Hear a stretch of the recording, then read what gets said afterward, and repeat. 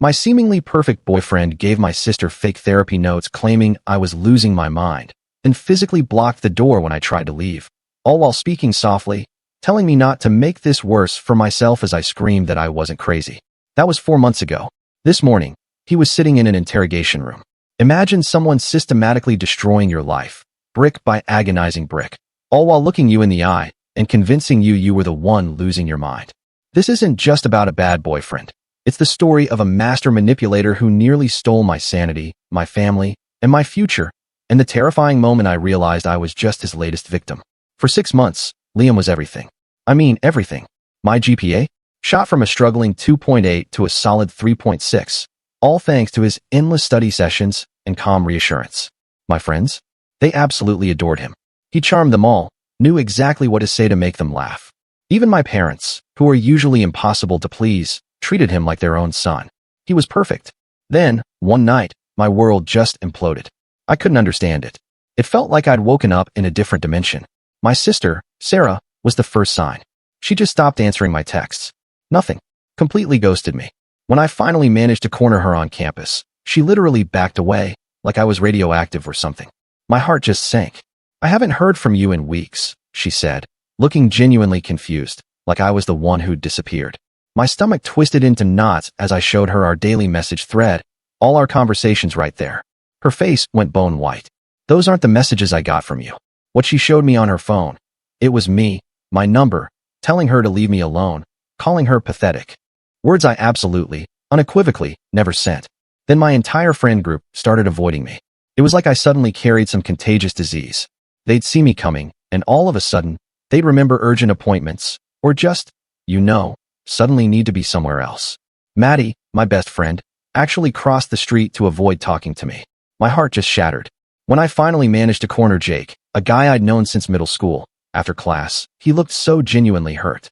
The things you said about my girlfriend were really messed up, he told me. I had no idea what he was talking about.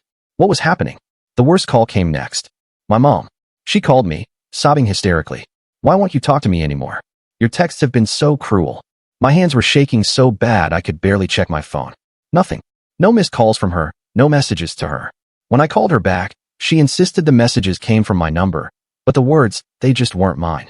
You called me a controlling bitch, she whispered, her voice breaking, and told me to stop ruining your happiness. My own mother. I was a mess. A complete, sobbing mess. Liam found me curled up in my dorm room, devastated. He wrapped his arms around me, holding me while I shook. Maybe they're just jealous of us, babe, he whispered, stroking my hair. Some people just can't handle seeing others happy. I told him I felt like I was losing my mind, like I was genuinely, truly going crazy. He looked so concerned. Stress can do crazy things to your memory, babe, he said. Maybe you should talk to someone. He actually researched therapists for me, drove me to the first appointment. The therapist, this Dr. Martinez, she agreed. She said sometimes our minds play tricks on us when we're overwhelmed. She even recommended Liam help manage my schedule to reduce stress. I felt so relieved, like finally, someone understood what was happening to me.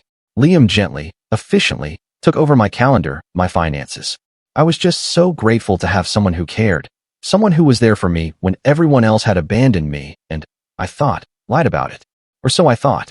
Very soon, my life, which was supposed to be organized and calm, started crumbling faster than ever before. Important emails just vanished from my inbox. My laptop got a virus and totally shut down right in the middle of an online exam. I'd oversleep, even with multiple alarms blaring. My phone would die overnight, even when it was plugged in. Every time, Liam would find me, panicking, and he'd suggest maybe I needed more help than we first thought. Then one of my professors pulled me aside. She looked genuinely frightened. Your recent emails to classmates have been disturbing, aggressive, completely unlike you. She showed me messages I had supposedly sent, calling my study group worthless idiots. My vision blurred as I read words I'd never written, words that felt like a punch to the gut. When my sister stopped calling again, after a brief, fragile mending, I knew something was catastrophically wrong. My family started receiving texts from my number, telling them I was done with their toxic drama. Liam held me while I sobbed about my family cutting me off. Maybe this is for the best, he murmured. They were always holding you back anyway. My gut screamed that something was profoundly wrong, but how could I trust my own mind anymore? Everyone confirmed I was acting strange. Even a licensed therapist agreed I was struggling. It was like I was in a nightmare, but I couldn't wake up. I started hiding a journal under my mattress, documenting every single weird incident. And slowly, horrifyingly, patterns emerged. Patterns that made my blood run cold. Every disaster, every major screw-up, was immediately followed by Liam offering to take control of another piece of my life. My schedule, my money, my communications. One night, I just pretended to sleep. I lay there, barely breathing, watching through barely cracked eyelids. Liam was sitting at my desk, my laptop open. He was logged into my email, responding to messages as me. I watched him delete 3 job interview invitations. 3. And then he declined a birthday party invitation from one of my closest friends. My heart hammered so loud I was sure he'd hear it. He had been systematically destroying my life, piece by piece, all while playing the perfect, supportive boyfriend. But I had no proof. And who would believe me? He controlled my money, my schedule, and apparently every single communication I sent. Worse, he'd convinced everyone, my friends, my family, even a therapist, that I was mentally unstable. I remembered my old gaming account. It was the only thing Liam didn't know existed. The next morning, after he left, I logged in, desperately hoping Sarah, my sister, would be online. She was. I begged her to come over, told her I needed her, that something terrible was happening. Within 30 minutes, she was there. And within minutes of that, she was helping me go through Liam's laptop. And there it was. A hidden folder. Inside, hundreds of screenshots. Messages Liam had sent, pretending to be me. Job rejections sent from my email. Social media posts designed to make me look unhinged. The evidence was overwhelming. It was terrifying. Then, the car door slammed outside. Liam was back. I frantically copied everything to a flash drive, slammed the laptop shut. Liam had never laid a hand on me. But in that moment, I feared for Sarah and myself more than I'd ever feared anything. As Liam walked through the door, that same perfect smile I'd fallen in love with plastered on his face. The flash drive felt like it weighed 1,000 pounds in my hand. Sarah froze beside me, her eyes darting between Liam's face and mine. He closed the door behind him with deliberate slowness. His movements were controlled, precise. His gaze landed on the laptop, then shifted, slowly, to the flash drive clutched in my trembling fingers. The perfect boyfriend mask didn't slip immediately. Instead, something worse happened. His smile widened, becoming sharper, edges like razors. He set his keys on the counter with a soft, echoing click. The sound amplified in the sudden, suffocating silence of my dorm room. Sarah shifted closer to me, her breathing shallow and quick. I could feel her fear mixing with my own. Liam tilted his head slightly, studying us like specimens under a microscope. His voice came out cold and measured, completely different from the warm tones I'd grown accustomed to. He asked how long I'd known. The question hung in the air, heavy with unspoken threats. My mind raced, trying to find a response, any response, while my body remained frozen. Sarah's hand found mine, squeezing tight. I backed toward the bedroom door, calculating the distance, the obstacles, the likelihood of escape. Liam noticed the movement. Of course he did. He noticed everything. I lunged for my phone on the nightstand, desperate to call for help. His hand shot out faster than I expected, wrapping around my wrist with firm pressure. Not violent, not painful, but completely immobilizing. He spoke about misunderstandings, about talking things through calmly, all while maintaining that iron grip on my arm. Sarah tried to pull me away from him, but Liam's other hand produced a manila folder from his messenger bag. He released my wrist to open it, revealing pages of therapy notes. Dr. Martinez's letterhead stared back at me. The documents detailed recommendations for monitoring due to self-harm risks. My stomach dropped as I read phrases I'd never heard in our sessions. The papers looked authentic, down to the watermark and signature. They were dated weeks ago, long before I discovered his deception. He'd been preparing for this moment, anticipating every move I might make. The realization hit me like ice water. This wasn't damage control. This was the next phase of his plan. I demanded my car keys, my voice cracking with barely controlled panic. Liam's expression shifted to one of concern. The caring boyfriend persona slid back into place like a well-worn mask. He explained he'd hidden them for my safety, worried about me driving in my current state. The word unstable rolled off his tongue with practiced ease. He moved closer, speaking in soothing tones about starting fresh. He offered to delete everything, to go back to how things were before. All I had to do was return to therapy. Let him help me properly. The same voice that once made me feel safe now made my skin crawl. My phone buzzed on the nightstand. Sarah's name lit up the screen with incoming texts, though she stood right beside me. Liam's eyes narrowed as he realized I'd been communicating outside his carefully controlled network. His hand moved toward my phone with casual determination. I grabbed it first, but he simply waited, patient as always. He suggested we go for a drive to talk privately, away from neighbors who might misinterpret the situation. The way he emphasized misinterpret made it clear he'd already considered how this would look to outsiders. When I refused to leave and threatened to scream, he remained unfazed. He calmly explained how my documented paranoid episodes would frame any cry for help. The neighbors would simply request a wellness check, playing right into his narrative. He'd thought of everything. From his bag, he produced printed screenshots of messages. Hostile words attributed to me filled the pages. Messages to family, friends, colleagues. He asked if I really wanted to destroy his reputation when he'd only tried to help. The gaslighting was so smooth, so practiced, I almost doubted myself for a moment. While he spoke, I subtly angled my laptop to catch us in the webcam's view. My finger found the record button, pressing it while maintaining eye contact with him. He continued his explanation about intervention and safety, unaware that his calculated manipulation was being documented in real time. Sarah shifted nervously, and the movement drew his attention. His gaze swept across the room, taking in every detail with methodical precision. The laptop's camera light glowed softly in my peripheral vision. Such a small thing, easily missed if you weren't looking for it. But Liam was always looking. His eyes locked onto the tiny green indicator. The caring boyfriend facade crumbled completely. What replaced it was something I'd never seen before. Something that had been hiding beneath the surface all along. His expression darkened, lips pressing into a thin line. He reached for the laptop with deliberate slowness. I slammed it shut, but we both knew it was too late. The recording existed. Evidence existed. His carefully crafted reality had its first crack. Liam straightened his shoulders and pulled out his phone. He spoke conversationally about the emergency therapy session he'd scheduled with Dr. Martinez for tomorrow morning. His thumb moved across the screen as he typed. Within seconds, my phone buzzed with an appointment confirmation I hadn't requested. Sarah tried to intervene, but Liam held up a hand. From his bag, he produced a small digital recorder. My voice filled the room, talking about memory problems and feeling disconnected from reality. The words were mine, pulled from vulnerable moments and stitched together into a damning confession. Context stripped away, leaving only the evidence of instability. He demonstrated his control with casual cruelty. On his phone, he showed me screenshot after screenshot. My email, my social media, my banking apps, every password changed while I slept. Every security question updated. My digital life belonged to him now, and we both knew it. Desperation drove me to the landline on my desk. My fingers barely touched the receiver before Liam explained that those calls were routed through a service, too. He could listen, disconnect, redirect as needed. Even this lifeline was compromised. More documents emerged from his seemingly bottomless bag. Legal forms, medical evaluations, witness statements, all regarding involuntary commitment procedures. Dr. Martinez's signature appeared multiple times. Professor Williams had provided a statement about my concerning behavior. The papers were notarized and dated weeks ago, a trap waiting to be sprung. Panic overwhelmed rational thought. I grabbed my laptop and hurled it at the window, hoping to break through and scream for help.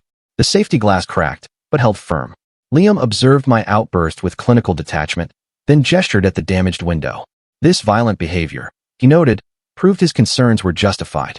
A knock at the door interrupted his analysis. Mrs. Chun, my upstairs neighbor, her worried voice called through, asking if everything was all right. She'd heard the crash. Liam moved to answer before I could react, his demeanor shifting instantly to concerned boyfriend mode. He opened the door with an apologetic smile. Mrs. Chin's eyes widened as she took in the cracked window and my distressed state. Liam explained I was having an episode, showing her the therapy documents with practiced concern. His performance was flawless. Mrs. Chun had always been kind to me, bringing cookies during finals week and checking in when I seemed stressed. Now she looked at me with a mixture of pity and fear. Liam's evidence was too compelling, his delivery too smooth. She believed him completely. She offered to stay and help watch me while Liam called Dr. Martinez for guidance. The betrayal stung worse than any physical blow. My neighbor, someone I trusted, was now part of my imprisonment. Liam thanked her warmly. The grateful boyfriend managing a difficult situation. As Mrs. Chin settled onto my desk chair, Liam revealed the full scope of his preparation. He produced a timeline, meticulously documenting my supposed decline. Fake diary entries. Handwriting so similar to mine that I had to look twice. He'd been building this false narrative for months, creating evidence that would damn me. The pieces clicked together with horrible clarity. Every helpful gesture, every moment of support, had been calculated.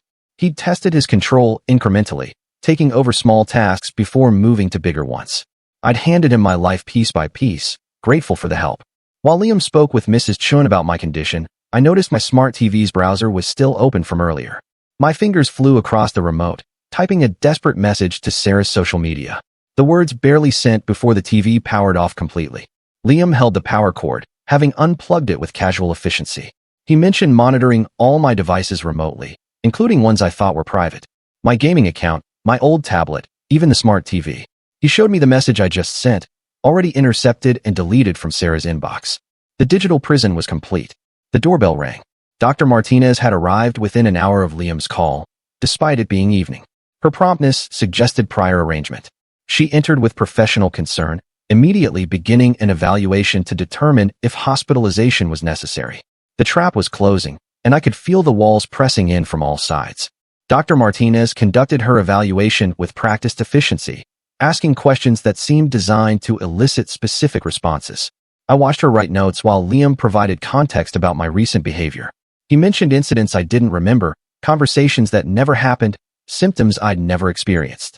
The therapist nodded knowingly at each revelation, as if confirming a diagnosis she'd already made.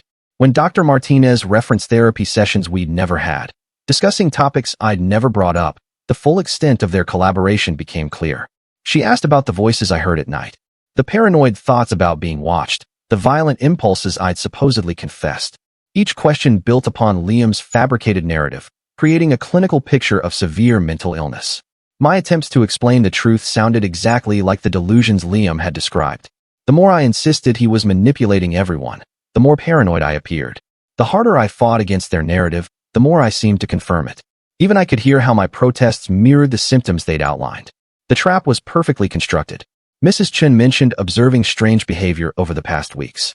She recounted times she'd seen me talking to myself in the hallway, arguing with no one, acting agitated for no reason.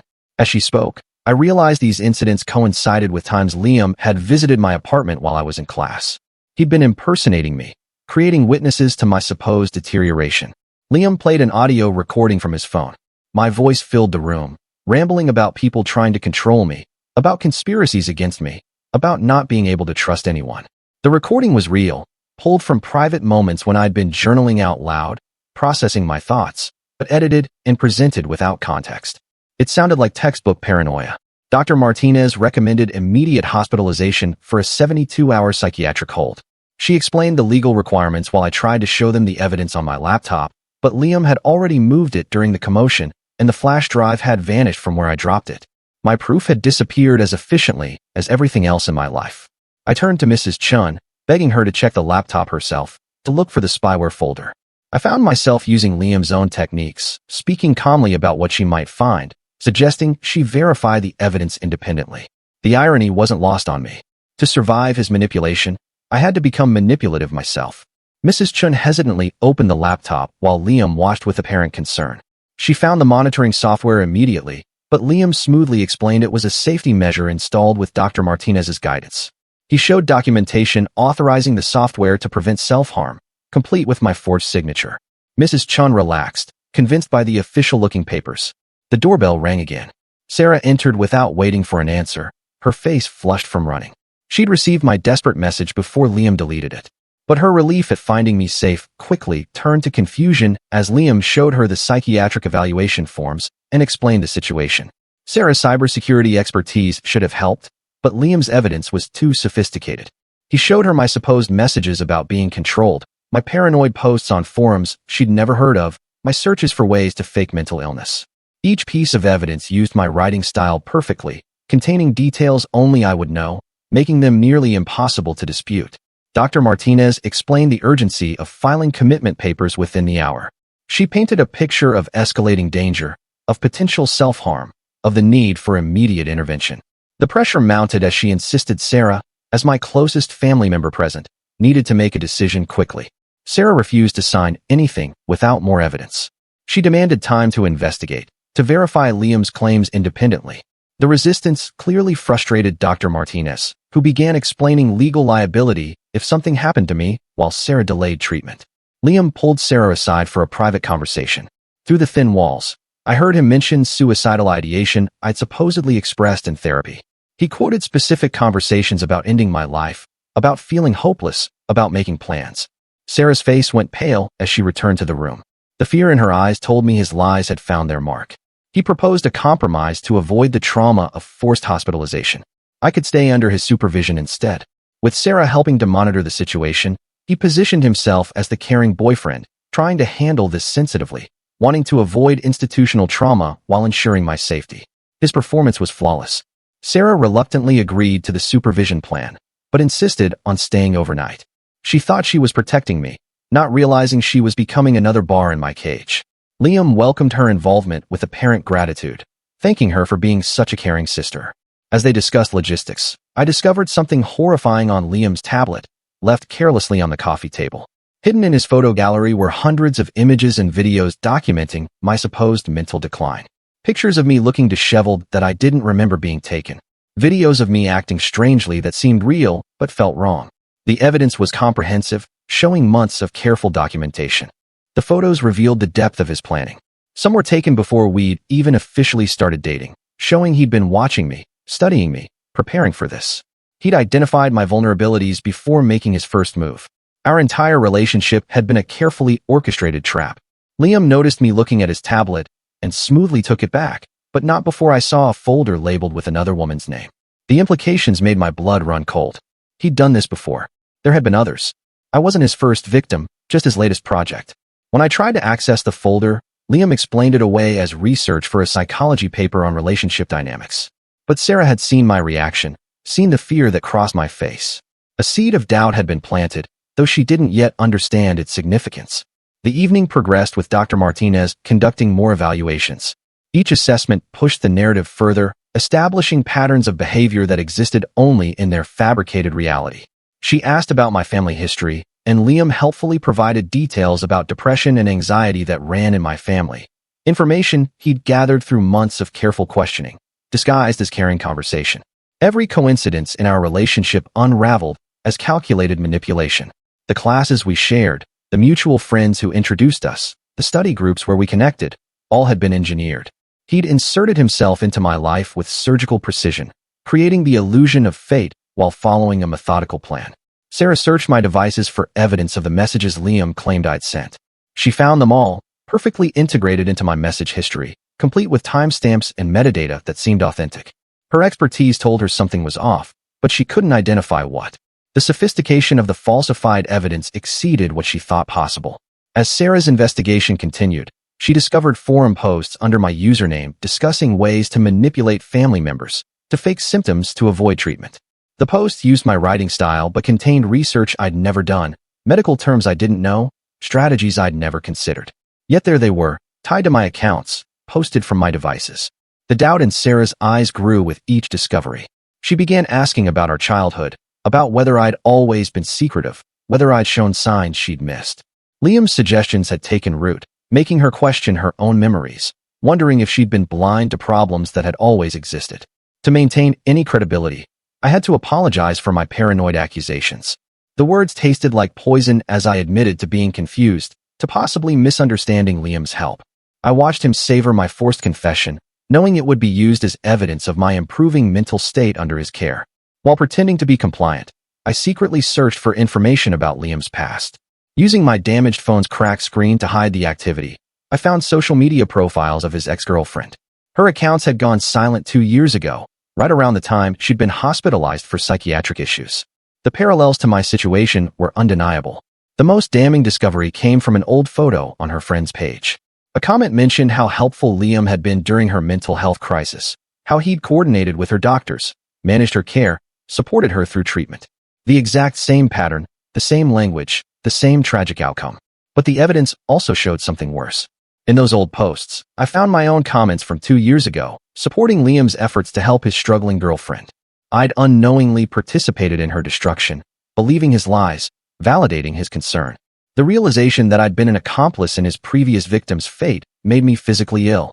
Liam noticed my distress and immediately called Dr. Martinez's attention to it.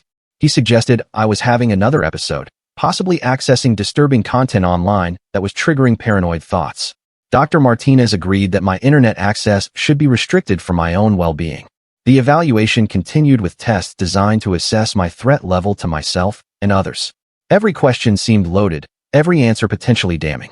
When I remained silent to avoid incriminating myself further, Dr. Martinez noted my lack of cooperation as a concerning sign.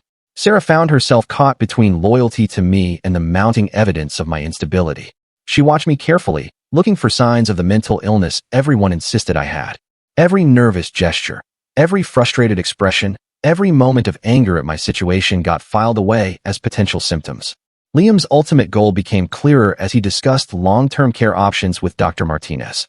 He wanted medical power of attorney, control over my finances, the ability to make decisions about my treatment.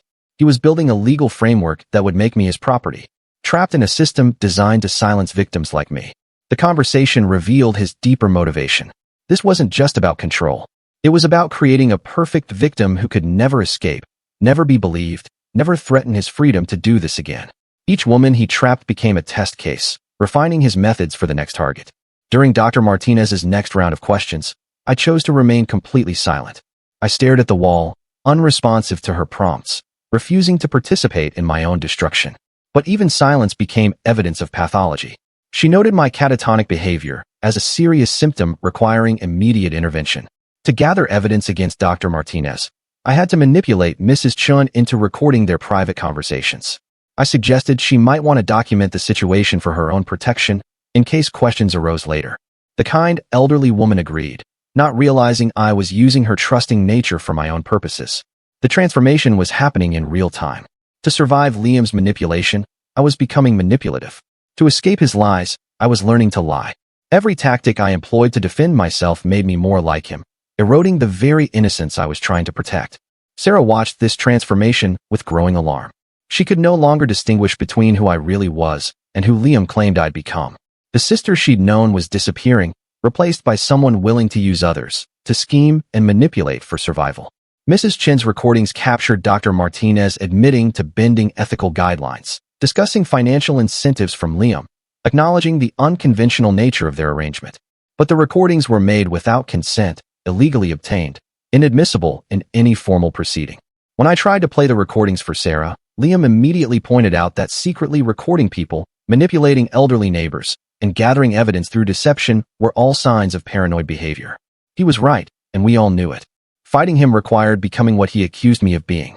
The evidence I'd gathered at such personal cost was dismissed as the product of mental illness.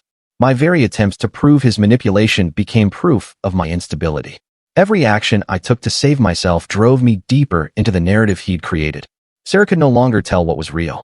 The sister she saw before her, secretly recording conversations, manipulating neighbors, lying and scheming, seemed to match Liam's descriptions perfectly.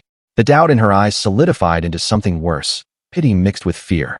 As the night wore on, Liam revealed more evidence of my supposed decline. Emails to professors with aggressive content, messages to employers withdrawing applications, posts on professional forums that destroyed my reputation, all sent from my accounts, all perfectly mimicking my communication style, all impossible to disprove. The systematic destruction of my life had been so thorough that even I began to question my own memories. Had I sent those messages during blackouts? Were there periods I couldn't remember? The gaslighting was so complete that reality itself became negotiable. Dr. Martinez prepared the final evaluation papers while Liam comforted Sarah, who was struggling with the decision ahead. He spoke about similar cases, about families who waited too long, about tragedies that could have been prevented with earlier intervention. His words painted a picture of inevitable disaster if Sarah didn't act. The pressure mounted as Dr. Martinez explained the narrow window for filing papers. The bureaucracy of mental health commitment required specific timing, forms that expired, judges who were only available certain hours. Every detail had been planned to create urgency, to prevent careful consideration. I made one last desperate attempt to reach Sarah, writing a note explaining everything while Liam was distracted. But when she read it, her face crumpled. The note, in my increasingly erratic handwriting, full of accusations and pleas, looked exactly like the paranoid ramblings of someone in crisis. Liam gently took the note from Sarah, adding it to his collection of evidence. He thanked me for providing such clear documentation of my current mental state. The kindness in his voice as he destroyed my last hope was more cruel than any violence could have been. The night stretched toward morning as decisions loomed. Sarah held the papers that would give Liam legal control over my life. Her hand shook as she considered signing them. She looked between Liam's concerned face and my desperate one, trying to discern truth from manipulation. Dr. Martinez made one final push, explaining how temporary guardianship would allow Liam to coordinate my care while preserving my rights. She made it sound reasonable, beneficial, like a helping hand rather than a prison sentence. The lies wrapped in professional terminology were almost impossible to refute. I watched Sarah's resolve weakening under the sustained pressure. The evidence was overwhelming. The professional opinions unanimous. The risk of being wrong too high. She wanted to help me, to save me, not realizing that her signature would complete my destruction. The moment arrived with terrible inevitability. Sarah's pen hovered over the signature line as Liam placed a comforting hand on her shoulder. Dr. Martinez waited with practiced patience. Mrs. Chun watched with genuine concern, and I sat in silence, knowing that words would only confirm what they already believed. The pen trembled in Sarah's hand as she stared at the signature line. I could see the war playing out behind her eyes, torn between protecting me and trusting the overwhelming evidence. Dr. Martinez leaned forward slightly, her professional mask barely concealing her impatience. The clock on my desk showed 11:47 p.m., 13 minutes until the filing deadline passed. My fingers found the edge of Mrs. Chin's phone in her purse, left carelessly on the floor beside her chair while everyone focused on Sarah's decision. I slipped it out and began typing frantically behind my back. The message to campus security was brief, reporting a disturbance in my dorm. It wasn't much, but it might buy time. Liam noticed my movement and smoothly repositioned himself, blocking Mrs. Chin's view of her purse. His ability to adapt instantly to any situation terrified me more than his anger would have. He continued speaking softly to Sarah about responsibility and love, about difficult choices made for the right reasons. The first campus security officer arrived faster than expected, knocking firmly on the door. Dr. Martinez's composure cracked slightly as she glanced at her watch. Liam answered with his usual charm, explaining the situation as a family intervention for a troubled student. The officer, barely older than me, accepted the explanation, but insisted on speaking with me directly. I remained silent when he asked if I was okay, knowing anything I said would be filtered through the lens of mental illness Liam had created. The officer's confusion grew as he took in the cracked window, the tension in the room. The psychiatric evaluation forms spread across my desk. He requested backup, citing the need for a wellness check protocol. Sarah used the distraction to slip away from Liam's side, moving closer to examine the commitment papers under better light. Her cybersecurity training kicked in as she noticed inconsistencies in the formatting, subtle signs of digital manipulation in the signatures. The doubt that had been growing crystallized into suspicion. More officers arrived, filling my small dorm room with uniformed authority. They separated everyone for individual statements, standard procedure that threw Liam's carefully orchestrated scene into chaos. I watched him adapt again, his story shifting to accommodate the new dynamic while maintaining its core narrative of concern for my well-being. Dr. Martinez grew increasingly agitated as midnight approached. She tried to explain the urgency to the officers, showing them her credentials and the evaluation forms. But campus security had protocols to follow, and those protocols didn't include rushing psychiatric commitments in dorm rooms near midnight. Sarah pulled one of the officers aside, showing him the formatting inconsistencies she'd found. She explained her expertise, her growing concerns about the documentation's authenticity. The officer, trained to be thorough, decided to verify Dr. Martinez's credentials through official channels. The verification call revealed the first crack in Liam's system. While Dr. Martinez was indeed a licensed therapist, she wasn't affiliated with the practice listed on the evaluation forms. The discrepancy raised enough questions to halt any immediate action on the commitment papers. Liam's composure finally showed strain as he watched his timeline crumble. He produced more documents, backup plans for his backup plans. But each new piece of evidence only raised more questions. The officers, now suspicious, began examining everything more carefully. I used the chaos to access Mrs. Chen's phone again. This time, searching for the photos I'd seen on Liam's tablet. If he'd synced his devices, there might be evidence in his cloud storage. My fingers flew across the screen, navigating to his account using passwords I'd observed him entering over months of careful watching. The folder was there, labeled with a woman's name I didn't recognize. Inside were hundreds of photos documenting another relationship, another systematic destruction. The parallels to my situation were undeniable, but more importantly, the metadata showed dates that contradicted Liam's story about his ex-girlfriend's hospitalization timeline. Sarah saw what I'd found and immediately understood its significance. She showed the officers, explaining how the dates proved Liam had been documenting his ex-girlfriend's supposed decline while simultaneously dating me. The overlap destroyed his narrative of being a caring boyfriend dealing with one troubled partner at a time. Dr. Martinez attempted to leave, claiming she had other patients to attend to, but the officers insisted she remain until they completed their investigation. Her professional facade cracked further as she realized the commitment papers would never be signed tonight, that her arrangement with Liam was unraveling. Liam tried one last manipulation, suggesting that my ability to access his accounts and find specific evidence proved I'd been stalking him, that my paranoid behavior was escalating. But the officers had seen too much, asked too many questions that he couldn't answer satisfactorily. The head officer made the decision to transport everyone to the campus security office for formal statements. The change of venue shattered Liam's control completely. He couldn't manage the narrative in an unfamiliar environment with multiple witnesses and official recording equipment.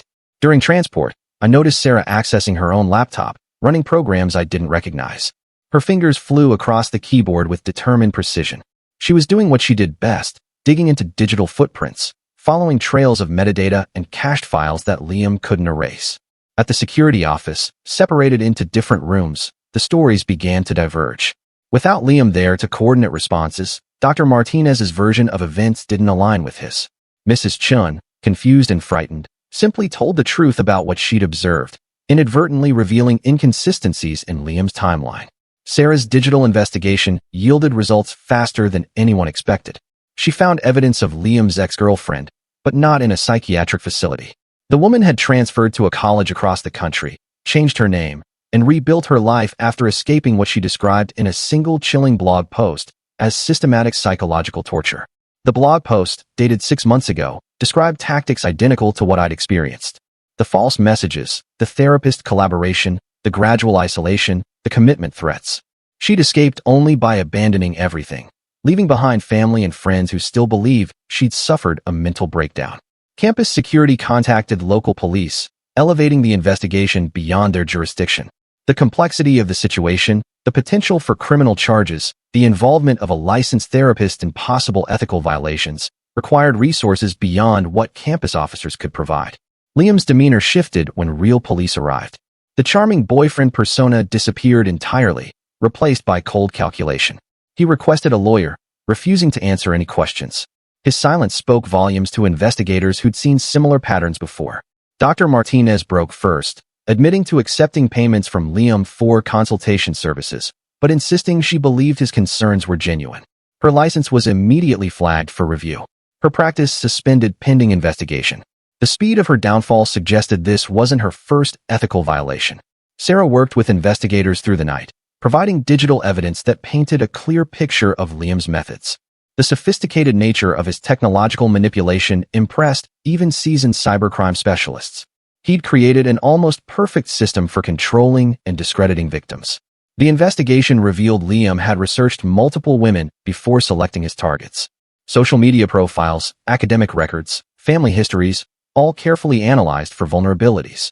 I'd been chosen specifically because of my previous anxiety issues and relatively isolated college experience. Mrs. Chun, once she understood the truth, became a powerful witness. Her detailed observations, recorded in a diary she kept about building activities, corroborated my timeline of when strange behaviors had occurred. Her meticulous nature, which Liam had exploited, now worked against him. The ex-girlfriend, contacted by investigators, agreed to provide a statement via video call. Her story, combined with mine, established a clear pattern of predatory behavior. She revealed that Liam had attempted to contact her recently, possibly planning to use her institutionalization story to further discredit me. Financial records subpoenaed from Dr. Martinez's practice showed regular payments from Liam over 2 years, labeled as research assistance, but coinciding with both relationships. The money trail provided concrete evidence of their ongoing arrangement. By dawn, the full scope of Liam's activities was becoming clear. He'd refined his methods with each victim, learning from what worked and what didn't. I'd been his most ambitious project yet, the one where he'd finally perfected his system of control. The police found evidence of at least 3 other women Liam had researched extensively but hadn't pursued. Each file contained detailed vulnerability assessments, approach strategies, and manipulation timelines. The level of planning was staggering. Sarah stayed with me through every interview, every statement, every difficult revelation. Her guilt over nearly signing the commitment papers drove her to dig deeper, to ensure every aspect of Liam's scheme was exposed and documented. The university launched its own investigation, reviewing security footage that showed Liam entering my dorm at times I'd been in class. The footage corroborated Mrs. Chin's observations about strange behavior, showing him impersonating me in hallway interactions. Liam's laptop, seized as evidence, contained a treasure trove of incriminating data, drafts of fake messages, voice recordings edited to remove context, psychological manipulation techniques researched from academic papers. He'd turned gaslighting into a science. The investigation expanded as more evidence emerged. Other women came forward, sharing stories of relationships with Liam that had ended when they'd grown suspicious of his controlling behavior. Not all had been targeted for the full treatment, but the pattern was consistent. Dr. Martinez's patient files revealed she'd been documenting false therapy sessions for multiple people, creating paper trails for conditions that didn't exist. Her practice had been a front for something darker, a service for those who wanted to control others through psychiatric manipulation. The legal proceedings moved slowly but thoroughly. Charges were filed for fraud, identity theft, cyberstalking, and conspiracy. The case was complex, requiring coordination between multiple jurisdictions and agencies. Throughout it all, I struggled with the psychological aftermath. The investigation vindicated me, but the damage to my relationships remained. Friends who'd believed Liam's lies struggled to reconcile their actions with the truth. Some apologized, others simply disappeared. My academic career required rebuilding from scratch. Professors who'd received hostile emails understood the truth now, but the missed assignments and failed exams couldn't be retroactively fixed. The university offered accommodations, but I had to repeat the semester. The financial damage took months to unravel. Liam had destroyed my credit, drained accounts, and created debts in my name. Each issue required documentation, disputes, and lengthy resolution processes. The practical aftermath of psychological abuse proved nearly as challenging as the emotional recovery. Sarah threw herself into helping me rebuild. Driven by guilt and determination, she used her skills to help restore my digital life, recover deleted files, and secure my accounts against future intrusions. Her support was invaluable, but our relationship had fundamentally changed. The investigation concluded with Liam facing multiple charges and Dr. Martinez losing her license permanently. Justice was served, but it felt hollow compared to what I'd lost. My innocence, my trust in others, my sense of safety in the world had been systematically destroyed.